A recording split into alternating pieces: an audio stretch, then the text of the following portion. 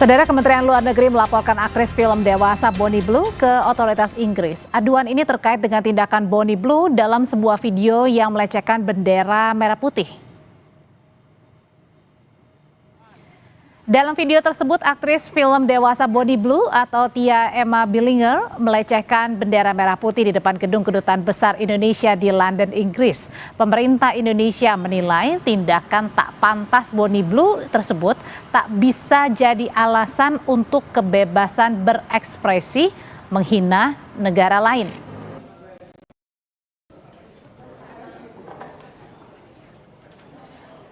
Tindakan tersebut memanfaatkan simbol negara Indonesia, bendera merah putih dengan tidak hormat.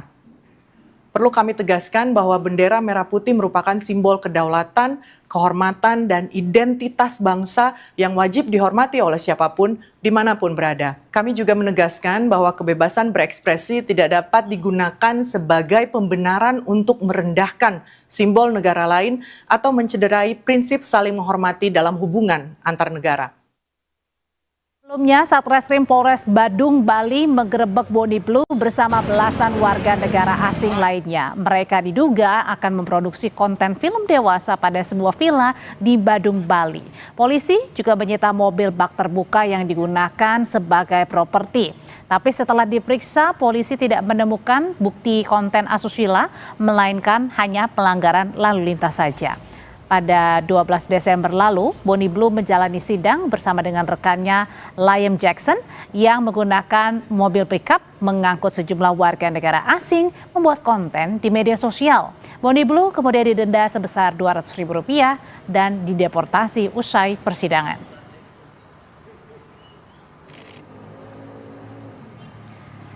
Lebih lengkap kita akan bahas soal aduan Kementerian Luar Negeri ke otoritas Inggris terkait dengan tindakan aktris film dewasa Bonnie Blue yang melecehkan bendera merah putih. Kali ini bersama dengan dosen hubungan internasional Universitas Padjadjaran, Teguh Reza Shah. Pak Teguh, selamat sore.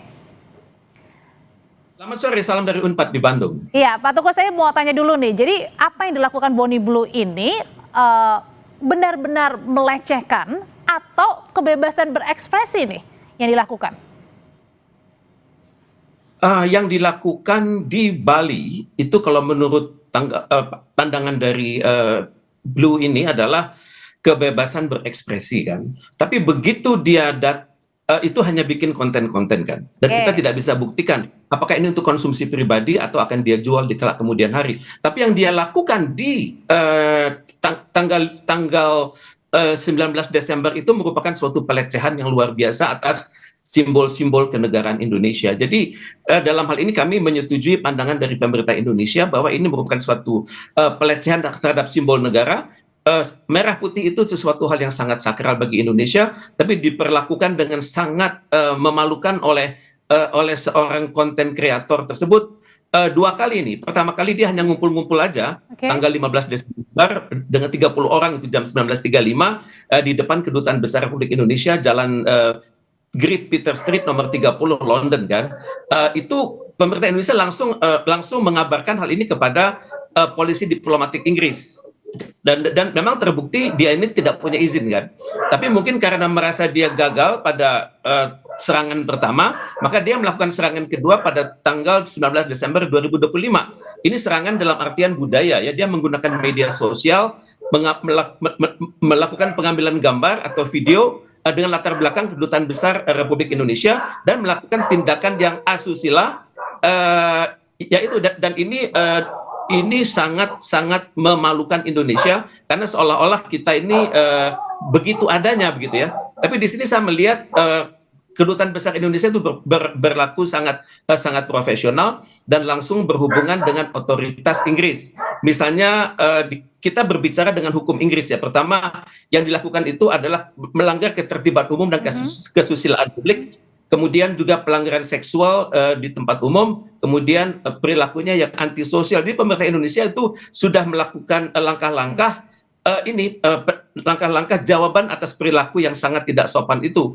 Kemudian kita juga menggunakan hukum internasional. Tapi Pak Teguh, apakah cukup begitu dengan hanya melayangkan aduan ke otoritas Inggris dengan dia melakukan pelecehan ya simbol-simbol negara? Betul. Di sana? Apakah cukup hanya dengan tadi mengadukan ke otoritas Inggris saja?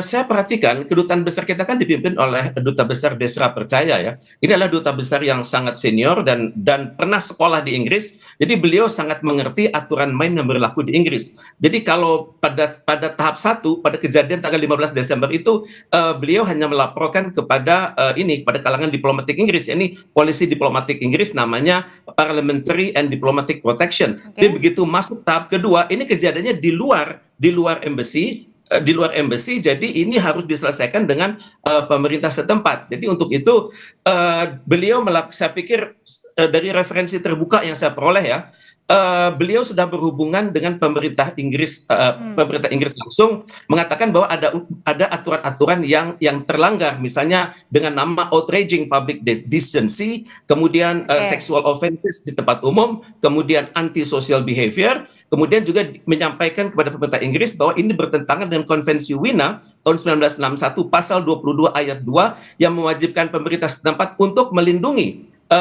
kawasan diplomatik guna mencegah terjadinya kerusakan-kerusakan, kemudian juga pelanggaran atas wibawa negara. Kemudian juga disampaikan kepada pemerintah Inggris bahwa pemerintah Inggris berkewajiban berdasarkan hukum domestik yang namanya Diplomatic Privilege Act tahun 1964. Jadi itu yang beliau lakukan. Kemudian lebih lanjut lagi, saya perhatikan kedutaan besar kita di Inggris juga berhubungan juga dengan Kementerian Luar Negeri Inggris.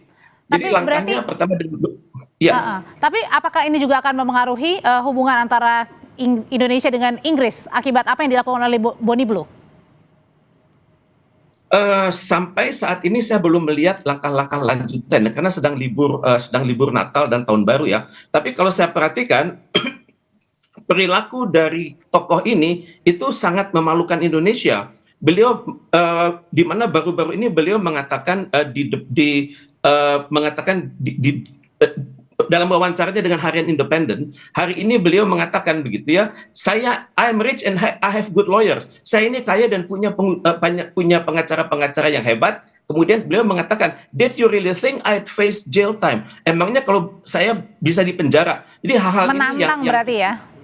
Dia menantang otoritas Indonesia, dia mempermalukan otoritas Indonesia. Ini sangat berbahaya bagi nama baik kita secara internasional ya. Oke, sebelumnya kan dia berada di Bali ya, diduga akan melakukan film dewasa begitu bersama dengan WNA lainnya. Lalu kemudian ditangkap bukan karena kontennya, tetapi karena pelanggaran lalu lintasnya. Dan kemudian akhirnya berujung kepada ia melakukan pelecehan ya, diduga melakukan pelecehan simbol-simbol kita negara Indonesia. Nah, yang Anda lihat sebenarnya ini apa sih puncak dari apa yang dilakukan oleh Bonnie Portasi yang dilakukan negara kita ke Bonnie Blue atau ada hal lainnya?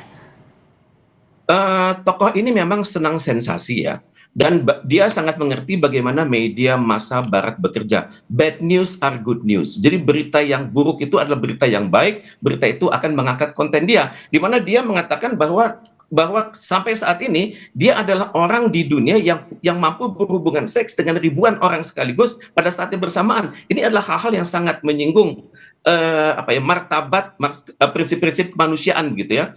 Dan untuk itu ya saya pikir dia akan terus melakukan hal itu walaupun pemerintah Inggris sudah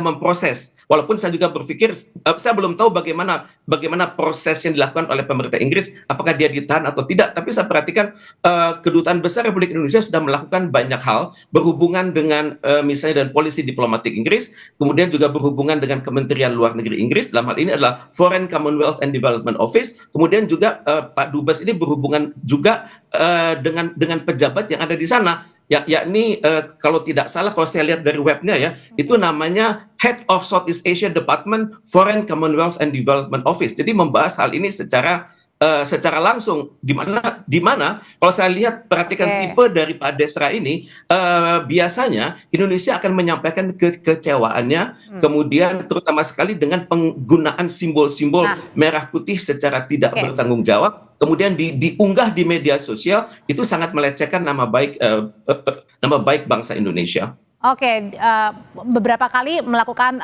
pelanggaran begitu, tapi dikenakannya pelanggaran lalu lintas di Badung, Bali, kemudian sekarang melecehkan simbol kenegaraan kita. Nah, pelajaran apa yang sebenarnya bisa kita ambil begitu terkait dengan warga negara asing yang dianggap ini bisa beraktivitas, bisa melakukan apapun di negara kita? Apakah memang harus lebih diperketat lagi penerimaan visa-visa yang masuk warga negara asing ke Indonesia, Pak Teguh? Tepat sekali. Kita memiliki keleluasaan namanya visa on arrival kan atau VOA kan, di mana orang asing itu dapat dengan mudahnya datang ke Indonesia, kemudian melaporkan kedatangannya di bandara, dan kemudian di stamp untuk beberapa lama berada di Indonesia ya. Pada saat yang sama sangat sulit bagi kita untuk berkunjung ke negara tersebut. Jadi dalam hal ini hendaknya saya pikir pengawasan orang asing itu harus benar-benar dilakukan dengan melibatkan kementerian dan lembaga dan masyarakat umum guna menghindari penyalahgunaan visa. Kemudian juga kita berhubungan lagi dengan pemerintah asal bahwa visa itu reciprocal. Kalau kami memudahkan warga negara Anda datang ke tempat kami, maka hal yang sama juga hendaknya Anda berikan kepada warga negara kami. Sudah kita tangkap pesannya. Terima kasih Pak Teguh Reza Syah. Selamat malam Pak Teguh. Selamat malam.